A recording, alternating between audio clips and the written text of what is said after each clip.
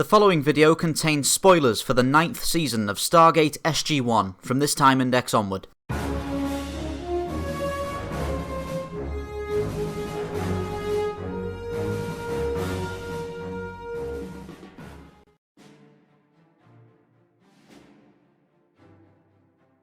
The United States Air Force space vessel Prometheus was both the first spacefaring warship and the first FTL-capable spacecraft ever constructed by the Tauri. The Prometheus was the first and only vessel of the BC-303 Prometheus class, and its design incorporated an extensive stockpile of reverse-engineered Goa'uld technology, including Goa'uld energy shields, sublight engines, and a ring platform for short-range teleportation. The USAF Prometheus was 195 meters in length and 80 meters wide. For its entire service history, the Prometheus served as the flagship of Homeworld Command and the Tauri fleet. The space frame of the Prometheus was long and narrow, with two large hyperdrive power cells mounted on pylons to the port and starboard aft. In 2003, the Prometheus was refitted to incorporate several new technologies made available to the Tauri by the Asgard. This refit removed the power cells from the port and starboard pylons, replacing them with a secondary and tertiary hangar bay. This was because the new Asgard hyperdrive was far more efficient and required less power.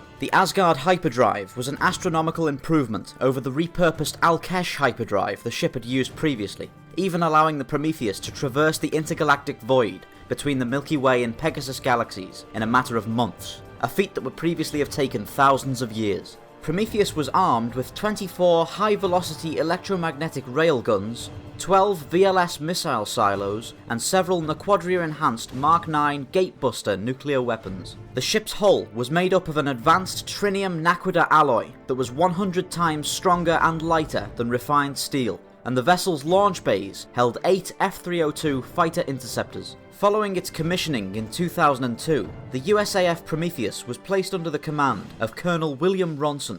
Ronson's sojourn as the commander of Prometheus would last only 2 missions, however, with Major General George Hammond taking personal command of Prometheus before the pivotal Battle of Antarctica. For the final 2 years of her life, the Prometheus was commanded by Colonel Lionel Pendergast.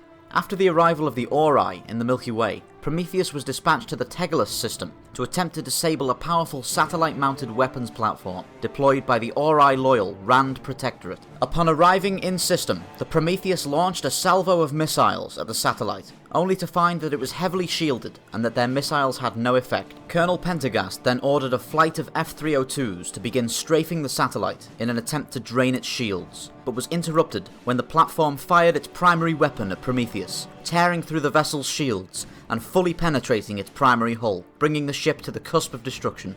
With Prometheus now disabled and immobile, Colonel Pendergast began to implore the Rand Protectorate to accept his ship's surrender via radio broadcast. When his pleas were met with silence, he called for all hands to abandon ship. The crew of Prometheus began evacuating by means of Asgard transporters and F-302s, with Colonel Pendergast electing to remain at his post to buy time for his crew. Sadly, before the evacuation could be fully completed, the weapons platform fired again at the crippled Prometheus, this time tearing the ship in two at the neck, destroying it utterly.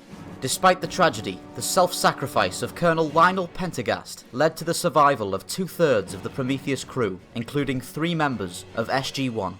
As the first spacefaring warship ever built by the Tauri, the USAF Prometheus laid the groundwork for further developments of the Tauri fleet, and elements of its design can be clearly seen in the later BC-304 Daedalus class battlecruiser.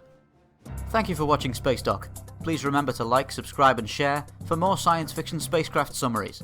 And if there's a particular spacecraft you'd like to see looked at, let me know in the comments below and I'll get right on it.